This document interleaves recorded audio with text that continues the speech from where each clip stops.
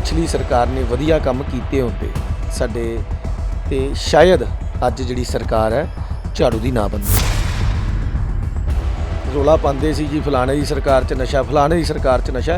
मेरे हिसाब नाल नशा 10 गुना वध गया है, चोरी चकारी 10 गुना वध गई है। अगे जिहड़ियां वारदातां सुनी दियां सी, घर ताले लगे, चोरी हो गई, घर कोई नहीं सीगा। हुण तां शरेआम गुंडागर्दी हो गई या वारदातां जिहड़ियां लुੱਟ खोवां जिहड़ियां। ड्रीम प्रोजैक्ट डावर साहब दा सीगा जिन्हां ने नाला जिहड़ा शुरू कराया, वो नाले की वजह नाल साडे इलाके विच बहुत ज़्यादा दिक्कत आ चुकी है। सरकार है जिहड़ी मौजूदा, उन्होंने भी रिक्वेस्ट की गई है कि ये जिहड़े नाले का प्रोजैक्ट है सही ढंग नाल सुचारू ढंग नाल नहीं हो रहा, पर 1.5 साल तो इस सरकार ने इस प्रोजैक्ट पर गौर नहीं किया। करोड़ा अरबा रुपया अज तक वो बुढ़े दरिया ते लग्या, पर उनकी सफाई जिहड़ी है हले तक नहीं हो पाई। तो मैं MLA हाँ, ना मैं MP हाँ, ना मैं मंत्री हाँ। हाँ, जो इस पोस्ट ते पहुँचांगे जरूर नवी क्रांति लेके आवांगे। सत श्री अकाल दोस्तों, मैं रविंदर साना स्वागत करदा तुहाडा लुधियाना लाइव ते।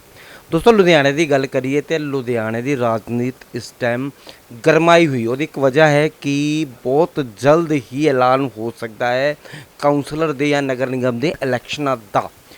अपने अपने वार्ड तो लोग दावेदारी कर रहे हैं तो अपने अपने दल तो लोग प्रयास कर रहे हैं टिकट लैण दा ते चुनाव लड़न दा। उसी लड़ी के तहत असी गल करांगे वार्ड 80 ते, जो कि भारतीय जनता पार्टी तो एक दावेदारी हुई है सिमरनजीत सिंह सिम्मू जी जिन्होंने की है, जो कह रहे हैं कि वो वार्ड 80 तो भारतीय जनता पार्टी तो अगर टिकट मिली तो लड़ांगे। वो साडे नाल जुड़े हुए हैं, उन्होंने फादर साहब आज़ाद काउंसलर ने।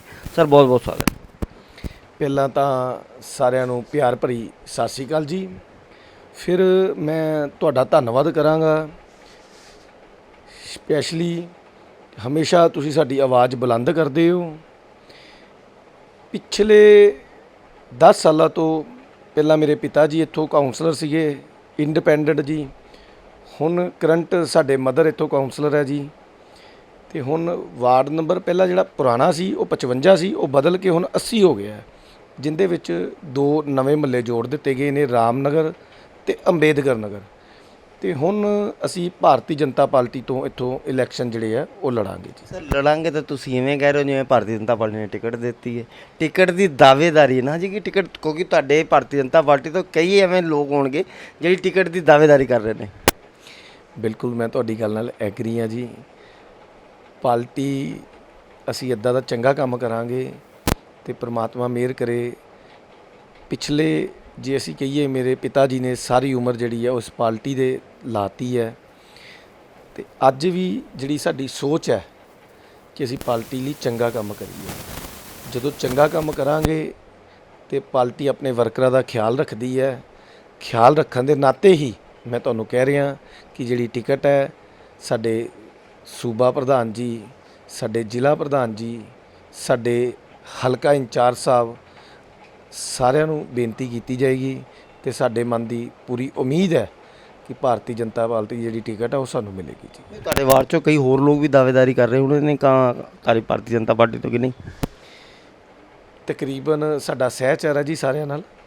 भारतीय जनता पार्टी की जिन्नी टीम है वो उम्मीद है कि वो साडे नाल है। बाकी आने वाला समा तुहाडे सामने नज़र ही आऊगा जी। टिकट ना मिले आज़ाद लड़ोगे? ये बड़ा वड्डा सवाल है जी। सवाल तो तुहाडा बिल्कुल ठीक है। जे मैं मारी गया तो मैं इलैक्शन ही नहीं लड़ांगा जी। जे बड़ी वड्डी चीज़ होंदी है, जो समा आएगा वो तुहाडे सामने आएगा जी। बंदा कॉन्फिडेंस रहिंदा ना कि मैं जित सकदा। हुण टिकट मैनूं तुहानूं पार्टी ना देवे, तुसीं जित्ती हुई टिकट तो फिर तुसीं आज़ाद लड़ के जित सकदे हो। जो मैं कही ना जे आ जांदा ना, जे बड़ी वड्डी चीज़ है जी। जे कॉन्फिडेंस है तुहाडे ते कि भारतीय जनता पार्टी की टिकट मिलनी है? 100% जी, 100% कॉन्फिडेंस है जी। उनका कारण ही है, कह तो रहे हैं पिछले 10 सालों तो रैगूलर ठीक है असी इंडिपेंडेंट इलैक्शन लड़ रहे थे, पर असी सेवा जी भारतीय जनता पार्टी की कर रहे थे। मेरे पिता जी इस पार्टी नाल शुरू तो जुड़े हुए है। जदों दी मैं होश संभाली है, जे अज मेरी उम्र 38 साल है तो जे मैं 18 साल या 20 साल मैं होश संभाली सी तो उदों दी मैं पार्टी की सेवा करता आ रहा।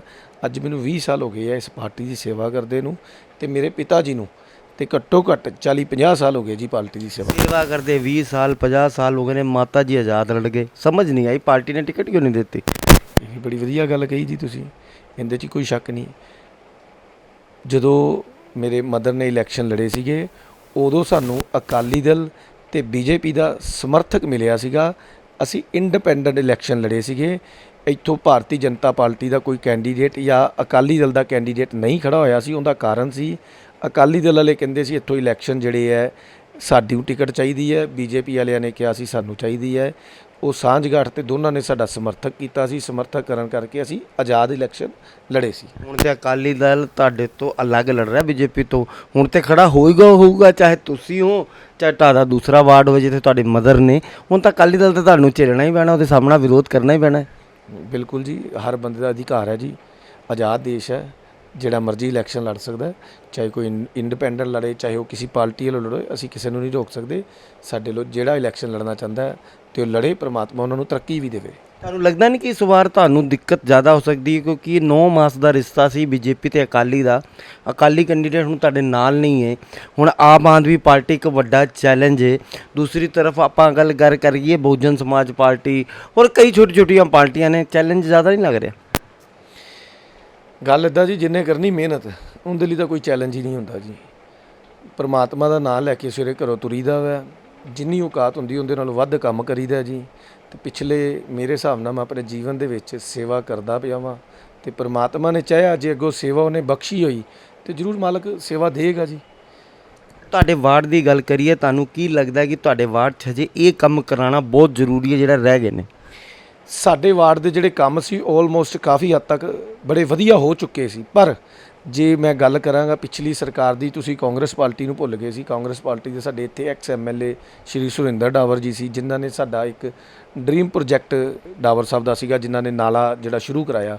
ਉਹ ਨਾਲੇ ਦੀ ਵਜ੍ਹਾ ਨਾਲ ਸਾਡੇ ਇਲਾਕੇ ਵਿੱਚ ਬਹੁਤ ਜ਼ਿਆਦਾ ਦਿੱਕਤ ਆ ਚੁੱਕੀ ਹੈ। ਹੁਣ ਜਿਹੜੇ ਮੌਜੂਦਾ ਵਿਧਾਇਕ ਹੈ ਸਾਡੇ ਤੇ ਜਾਂ ਸਰਕਾਰ ਹੈ ਜਿਹੜੀ ਮੌਜੂਦਾ, ਉਹਨਾਂ ਨੂੰ ਵੀ ਰਿਕੁਐਸਟ ਕੀਤੀ ਗਈ ਹੈ ਕਿ ਇਹ ਜਿਹੜੇ ਨਾਲੇ ਦਾ ਪ੍ਰੋਜੈਕਟ ਹੈ ਸਹੀ ਢੰਗ ਨਾਲ, ਸੁਚਾਰੂ ਢੰਗ ਨਾਲ ਨਹੀਂ ਹੋ ਰਿਹਾ।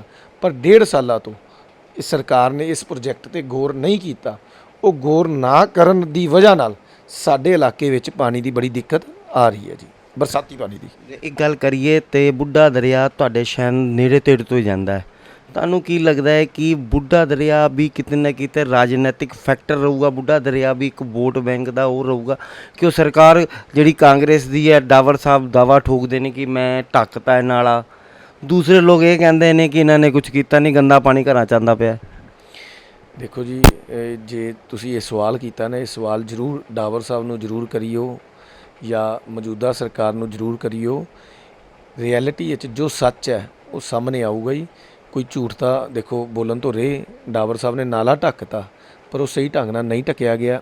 ਅੱਜ ਵੀ ਬਰਸਾਤ ਜਮਾਲਪੁਰ ਪਈ ਹੋਣੀ ਹੈ ਤੇ ਪਾਣੀ ਜਿਹੜਾ ਸਾਡੇ ਇਲਾਕੇ 'ਚ ਬੈਕ ਮਾਰ ਗਿਆ। ਜਿਹੜੀ ਤੁਸੀਂ ਬੁੱਢੇ ਦਰਿਆ ਦੀ ਗੱਲ ਕੀਤੀ ਹੈ, ਨੋ ਡਾਊਟ ਕਰੋੜਾਂ ਅਰਬਾਂ ਰੁਪਈਆ ਅੱਜ ਤੱਕ ਉਹ ਬੁੱਢੇ ਦਰਿਆ ਤੇ ਲੱਗਿਆ, ਪਰ ਉਹਦੀ ਸਫਾਈ ਜਿਹੜੀ ਆ ਉਹ ਹਲੇ ਤੱਕ ਨਹੀਂ ਹੋ ਪਾਈ। ਉਹਦਾ ਰੀਜ਼ਨ ਹੀ 1.5 ਸਾਲ ਹੋ ਗਿਆ ਜੀ ਨਵੀਂ ਸਰਕਾਰ ਆਈ ਨੂੰ। ਜੇ ਇਹਨਾਂ ਨੇ ਉਸ ਤਰੀਕੇ ਨਾਲ ਉਹ ਸਹੀ ਢੰਗ ਨਾਲ ਉਹਦੀ ਸਫਾਈ ਕੀਤੀ ਹੁੰਦੀ, ਸ਼ਾਇਦ ਇਲਾਕਿਆਂ 'ਚ ਪਾਣੀ ਨਾ ਆਉਂਦਾ। ਅੱਜ ਵੀ ਜਿਹੜਾ ਇਲਾਕੇ 'ਚ ਪਾਣੀ ਬੈਕ ਮਾਰ ਗਿਆ, ਉਹਦਾ ਕਾਰਨ ਕੀ ਸੀ? ਬਰਸਾਤ ਜਿਹੜੀ ਹੈ ਸਮਰਾਲਾ ਚੌਂਕ ਜਾਂ ਜਮਾਲਪੁਰ ਵਾਲੀ ਸਾਈਡ ਆਈ, ਡਿਸਪੋਜ਼ਲ ਇਹਨਾਂ ਦੇ ਚੱਲੇ ਨਹੀਂ। ਪਾਣੀ ਜਿਹੜਾ ਆਪਣਾ ਸ਼ਗੁਨ ਪੈਲਸ ਦੇ ਸਾਹਮਣੇ ਪੈਟਰੋਲ ਪੰਪ ਉਹਦੇ ਨਾਲ ਇੱਕ ਜਗ੍ਹਾ ਹੈ, ਉਹ ਜਗ੍ਹਾ ਦੇ ਉੱਤੇ ਲੈਂਟਰ ਪਾ ਦਿੱਤਾ ਗਿਆ। ਉਹ ਜਗ੍ਹਾ ਜਿਹੜੀ ਦੱਬ ਲਿੱਤੀ ਗਈ, ਹੁਣ ਉਹ ਨਾਲੇ ਨੂੰ ਦੁਬਾਰਾ ਤੋੜਿਆ ਜਾ ਰਿਹਾ। ਪਹਿਲਾਂ ਜਦੋਂ ਦੱਬਦੇ ਆ ਉਦੋਂ ਸਰਕਾਰਾਂ ਸੋ ਜਾਂਦੀਆਂ ਜੀ, ਚਾਹੇ ਮੌਜੂਦਾ ਸਰਕਾਰ ਹੈ ਚਾਹੇ ਪਿਛਲੀ ਸਰਕਾਰ ਹੈ। ਅੱਜ ਉਹਨੂੰ ਤੋੜ ਕੇ ਉਹਦੀ ਸਫਾਈ ਕਰਨ ਦਾ ਪ੍ਰੋਵੀਜ਼ਨ ਲੱਭਿਆ ਜਾ ਰਿਹਾ, ਪਹਿਲਾਂ ਗੌਰ ਨਹੀਂ ਕੀਤਾ ਜਾਂਦਾ। ਅੱਜ ਇਸ ਨਾਲੇ ਨੂੰ ਬਣੇ ਨੂੰ ਵੀ ਘੱਟੋ ਘੱਟ 7-8 ਸਾਲ ਹੋ ਗਏ ਆ, ਹਾਲੇ ਤੱਕ ਇਹਦੀ ਸਫਾਈ ਨਹੀਂ ਹੋਈ। ਜਿਹੜਾ ਉਹ ਪਿਛਲਾ ਨਾਲਾ ਬਣ ਰਿਹਾ, ਜਿਹੜਾ ਤੁਸੀਂ ਕਹਿ ਰਹੇ ਹੋ, ਨੋ ਡਾਊਟ ਬਣ ਰਿਹਾ ਹੈ, ਲੋਕਾਂ ਦੀ ਸਹੂਲਤ ਵਾਸਤੇ ਬਣ ਰਿਹਾ ਹੈ। ਉਹਦੇ ਉੱਤੇ ਨੀਅਰ ਅਬਾਊਟ ਜੇ ਆਪਾਂ ਕਹੀਏ 18 ਕਰੋੜ ਦਾ ਪ੍ਰੋਜੈਕਟ ਹੈ ਜੀ, ਪਰ ਉਸ ਪ੍ਰੋਜੈਕਟ ਦਾ ਜਿਹੜਾ ਫਾਇਦਾ ਹੈ ਉਹ ਘੱਟ ਹੈ ਜੀ, ਨੁਕਸਾਨ ਜਿਹੜਾ ਹੁੰਦਾ ਜ਼ਿਆਦਾ ਦੇਖਣ ਨੂੰ ਮਿਲ ਰਿਹਾ ਜੀ। ਵਾਰਡ ਨੰਬਰ 80 ਤੋਂ ਲੜੋਗੇ, ਪਹਿਲੇ ਨੰਬਰ ਤੇ ਆਉਂਗੇ, ਦੂਜੇ ਤੇ ਆਉਂਗੇ ਕਿ ਤੀਜੇ ਤੇ ਆਉਂਗੇ? ਦੇਖੋ ਜੀ, ਹਰ ਇਨਸਾਨ ਕਦੀ ਵੀ ਨਹੀਂ ਚਾਹੁੰਦਾ, ਹਰ ਇਨਸਾਨ ਇਹੀ ਚਾਹੁੰਦਾ ਕਿ ਸਾਡੀ ਤਰੱਕੀ ਹੋਵੇ, ਅਸੀਂ ਪਹਿਲੇ ਨੰਬਰ ਤੇ ਆਈਏ। ਤੇ ਅਸੀਂ ਪਰਮਾਤਮਾ ਅੱਗੇ ਦਰਖਾਸਤ ਕਰਦੇ ਹਾਂ, ਅਰਦਾਸ ਕਰਦੇ ਹਾਂ ਕਿ ਮਾਲਕਾ ਜੇ ਅਸੀਂ ਕਾਬਲ ਹੋਏ ਤੇ ਸਾਨੂੰ ਜ਼ਰੂਰ ਜਿਤਾਈ। ਤੇ ਮੈਂ ਜਨਤਾ ਨੂੰ ਵੀ ਇਹ ਅਪੀਲ ਕਰਾਂਗਾ ਕਿ ਕਿ ਜੇ ਅਸੀਂ ਕਿਤੇ ਵੀ ਕਿਤੇ ਸੁੱਖ ਦੁੱਖ 'ਚ ਕਿਸੇ ਦੇ ਕੰਮ ਆਏ ਹੋਈਏ ਤੇ ਸਾਨੂੰ ਜ਼ਰੂਰ ਵੋਟ ਪਾਈਓ। ਜੇ ਮੈਂ ਕਿਸੇ ਨਾਲ ਬਦਸਲੂਕੀ ਕੀਤੀ ਹੋਈ, ਕਿਸੇ ਨਾਲ ਮਾੜਾ ਬੋਲਿਆ ਹੋਇਆ, ਜੇ ਕੰਮ ਨਹੀਂ ਚੰਗੇ ਢੰਗ ਨਾਲ ਕੀਤੇ ਹੋਏ ਤੇ ਮੈਂ ਕਦੀ ਨਹੀਂ ਕਹਾਂਗਾ ਕਿ ਸਾਨੂੰ ਵੋਟ ਪਾਈਓ। ਮੈਂ ਖੁੱਲ੍ਹ ਕੇ ਅਲਫਾਜ਼ ਵਰਤਦਾ ਵਾਂ ਕਿ ਜੇ ਅਸੀਂ ਕਿਸੇ ਦੀ ਵੀ ਰਿਸਪੈਕਟ ਕੀਤੀ ਹੋਏਗੀ, ਸਾਡੇ ਦਫ਼ਤਰ ਕੋਈ ਆਇਆ ਹੋਏਗਾ, ਜੇ ਅਸੀਂ ਉਹਨਾਂ ਨੂੰ ਚਾਹ ਪਾਣੀ ਪੁੱਛਿਆ ਹੋਏਗਾ, ਉਹਨਾਂ ਦੇ ਕੰਮ ਕਰਨ ਦੀ ਕੋਸ਼ਿਸ਼ ਕੀਤੀ ਹੋਏਗੀ ਜਾਂ ਕੰਮ ਕੀਤਾ ਹੋਏਗਾ, ਤੇ ਮੈਂ ਜ਼ਰੂਰ ਕਹਾਂਗਾ ਵੋਟ ਪਾਈਓ। ਹਾਂ, ਬਾਕੀ ਇਨਸਾਨ ਆ, ਰੱਬ ਤਾਂ ਹੈ ਨਹੀਂ ਜੀ। ਜੇ ਸਾਡੇ ਕੋਲ ਕੋਈ ਗਲਤੀਆਂ ਹੋਈਆਂ ਉਹਦੀ ਮੈਂ ਮਾਫੀ ਵੀ ਮੰਗਣਾ ਚਾਹਾਂਗਾ। ਸਾਰੀ ਤੁਸੀਂ ਸਿਆਸਤ ਵਾਲੀ ਗੱਲ ਕਰਤੀ ਸਾਰੀ, ਪਰ ਵੋਟਰ ਬੜਾ ਚਲਾਕ ਹੁੰਦਾ ਹੈ। ਵੋਟਰ ਇਮੋਸ਼ਨਲੀ ਬਲੈਕਮੇਲ ਨਹੀਂ ਹੋਗਾ।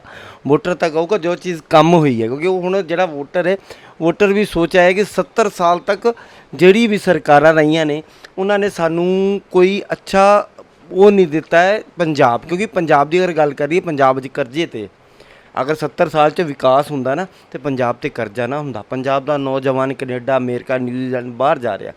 ਚਲੋ, ਤੁਸੀਂ ਇੱਕ ਕੌਨਫੀਡੈਂਸ ਨਾਲ ਲੜ ਰਹੇ ਹੋ, ਉਮੀਦ ਹੈ ਕਿ ਨਵੀਂ ਕ੍ਰਾਂਤੀ ਲੈ ਕੇ ਆਉਂਗੇ ਨੌਜਵਾਨ ਨੂੰ। ਬਾਈ ਜੀ ਗੱਲ ਇੱਦਾਂ ਹੈ, ਅਸੀਂ ਹੈਗੇ ਹਾਂ ਕੌਂਸਲਰ, ਨਾ ਤਾਂ ਮੈਂ MLA ਹਾਂ, ਨਾ ਮੈਂ MP ਹਾਂ, ਨਾ ਮੈਂ ਮੰਤਰੀ ਹਾਂ। ਹਾਂ, ਜਦੋਂ ਇਸ ਪੋਸਟ ਤੇ ਪਹੁੰਚਾਂਗੇ ਜ਼ਰੂਰ ਨਵੀਂ ਕ੍ਰਾਂਤੀ ਲੈ ਕੇ ਆਵਾਂਗੇ।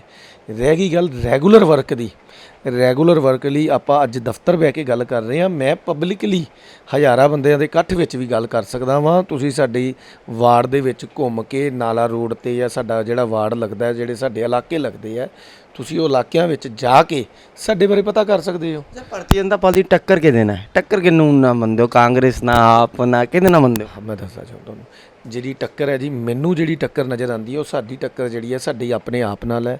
ਜੇ ਅਸੀਂ ਚੰਗੇ ਕੰਮ ਕੀਤੇ ਹੋਣਗੇ, ਮੈਂ ਬਾਰ-ਬਾਰ ਕਹਿੰਦਾ, ਤੇ ਜਨਤਾ ਦਾ ਜਵਾਬ ਤਾਂ ਸਿਰ ਮੱਥੇ ਹੈ ਜੀ।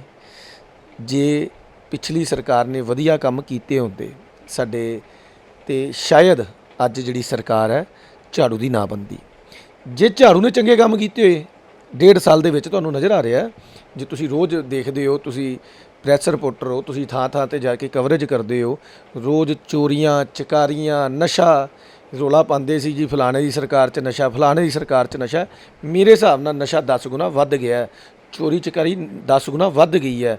ਸਾਡੀ ਰੋਡ ਦੇ ਉੱਤੇ, ਸੜਕ ਦੇ ਉੱਤੋਂ ਐਕਟਿਵਾ ਚੱਕ ਕੇ ਲੈ ਗਏ। ਨਾਲ ਸਾਡੇ ਇੱਕ ਫਾਸਟ ਫੂਡ ਦੀ ਦੁਕਾਨ ਹੈ ਜੀ, ਲੇਡੀ ਦੁਕਾਨ ਦੇ ਉੱਪਰ ਬੈਠੀ ਹੈ, ਉਹਦੀ ਚੈਨੀ ਖੋਹ ਕਰਕੇ ਲੈ ਗਏ, ਮੋਬਾਈਲ ਖੋਹ ਕਰਕੇ ਲੈ ਗਏ। ਰੈਗੂਲਰ ਦੁਕਾਨਦਾਰਾਂ ਦੇ ਅੰਦਰ ਲੁੱਟਾਂ ਖੋਹਾਂ ਹੋਣ ਲੱਗ ਗਈਆਂ। ਅੱਗੇ ਜਿਹੜੀਆਂ ਵਾਰਦਾਤਾਂ ਸੁਣੀਦੀਆਂ ਸੀ, ਘਰ ਤਾਲੇ ਲੱਗੇ, ਚੋਰੀ ਹੋ ਗਈ, ਘਰ ਕੋਈ ਨਹੀਂ ਸੀਗਾ। ਹੁਣ ਤਾਂ ਸ਼ਰੇਆਮ ਗੁੰਡਾਗਰਦੀ ਹੋ ਗਈ, ਜਾਂ ਵਾਰਦਾਤਾਂ ਜਿਹੜੀਆਂ ਲੁੱਟ ਖੋਹਾਂ, ਲੁੱਟਾਂ ਜਿਹੜੀਆਂ ਆਮ ਜਿਹੀਆਂ ਹੋ ਗਈਆਂ। ਪਿਸਤੌਲ ਜੀ ਦਿਖਾਉਂਦੇ, ਲੁੱਟ ਕਰਕੇ ਲੈ ਜਾਂਦੇ ਆ। ਅੱਗੇ ਇਹ ਚੀਜ਼ਾਂ ਮੈਂ ਦੇਖਦਾ ਨਹੀਂ ਸੀ। ਪੰਜਾਬ ਦਾ ਮਾਹੌਲ ਜਿਹੜਾ ਇੱਦਾਂ ਦਾ ਨਹੀਂ ਸੀ। ਜੇ ਆਪਾਂ ਗੱਲ ਕਰਾਂਗੇ BJP ਦੀ ਸਰਕਾਰ ਦੀ, ਉੱਤਰ ਪ੍ਰਦੇਸ਼ ਦੇ ਵਿੱਚ ਯੋਗੀ ਆਦਿੱਤਿਆਨਾਥ ਜੀ ਸਾਡੇ CM ਹੈ ਜੀ।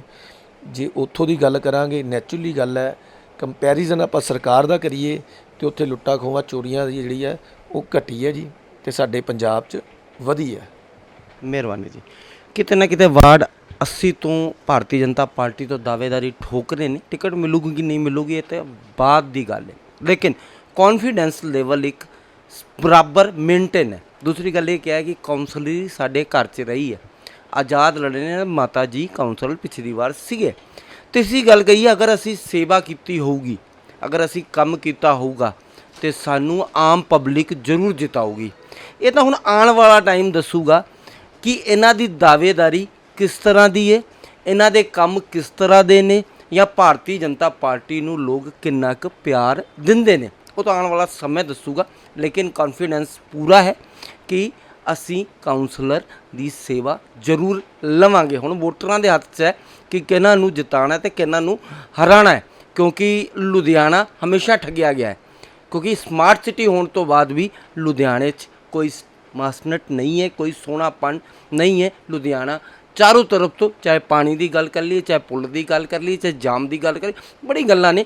ਲੁਧਿਆਣਾ ਇਫੈਕਟਡ ਹੈ। ਹੁਣ ਤੁਸੀਂ ਲੁਧਿਆਣਾ ਵਾਸੀ ਹੋ, ਮੇਅਰ ਚੁਣਨਾ ਹੈ, ਸੋਚ ਸਮਝ ਕੇ ਵੋਟ ਪਾਇਓ, ਪਛਤਾਣਾ ਨਾ ਪਵੇ, ਕਿਉਂਕਿ ਤੁਹਾਡਾ ਮਤ ਦਾ ਦਾਨ, ਦਿਮਾਗ ਦਾ ਦਾਨ ਹੋਣਾ ਹੈ, ਮਤਦਾਨ ਹੋਣਾ ਹੈ। ਤੁਸੀਂ ਦਿਮਾਗ ਦਾ ਦਾਨ ਦੇ ਕੇ ਆਪਣਾ ਕਾਉਂਸਲਰ ਤੇ ਆਪਣਾ ਮੇਅਰ ਚੁਣਨਾ ਹੈ। ਪ੍ਰੋਗਰਾਮ ਕਿਹੋ ਜਿਹਾ ਲੱਗਿਆ ਤੁਸੀਂ ਥੱਲੇ ਜ਼ਰੂਰ ਵਿਚਾਰ ਦੱਸਿਓ। ਤੁਸੀਂ ਆਪਣੇ ਕਮੈਂਟਸ ਜਦੋਂ ਕਰੋਗੇ ਸਾਨੂੰ ਪਤਾ ਲੱਗੂਗਾ ਕਿ ਇਸ ਵਾਰਡ ਵਿੱਚ ਜਾਂ ਇਸ ਵਿਧਾਨ ਸਭਾ ਵਿੱਚ ਆਹ ਕਮੀਆਂ ਨੇ। ਬਿਲਕੁਲ ਜੀ, ਜੁੜੇ ਰਹੋ ਲੁਧਿਆਣਾ ਲਾਈਵ ਤੋਂ। ਇੱਕ ਵਾਰ ਫਿਰ ਇਹਨਾਂ ਦਾ ਬਹੁਤ ਬਹੁਤ ਅਸੀਂ ਸ਼ੁਕਰੀਆ ਅਦਾ ਕਰ ਦੇਂਗੇ, ਇਹਨਾਂ ਨੇ ਸਾਨੂੰ ਸਮੇਂ ਦਿੱਤਾ ਤੁਹਾਡੇ ਤੋਂ ਫਿਰ ਵਿਚਾਰ ਜ਼ਰੂਰ ਲਵਾਂਗੇ। ਕੈਮਰਾਮੈਨ ਮਨੋਜ ਦੇ ਨਾਲ ਹੁਣ ਮੈਨੂੰ ਆਗਿਆ ਦਿਓ, ਮੈਂ ਅਰਵਿੰਦਰ ਸਨਾ।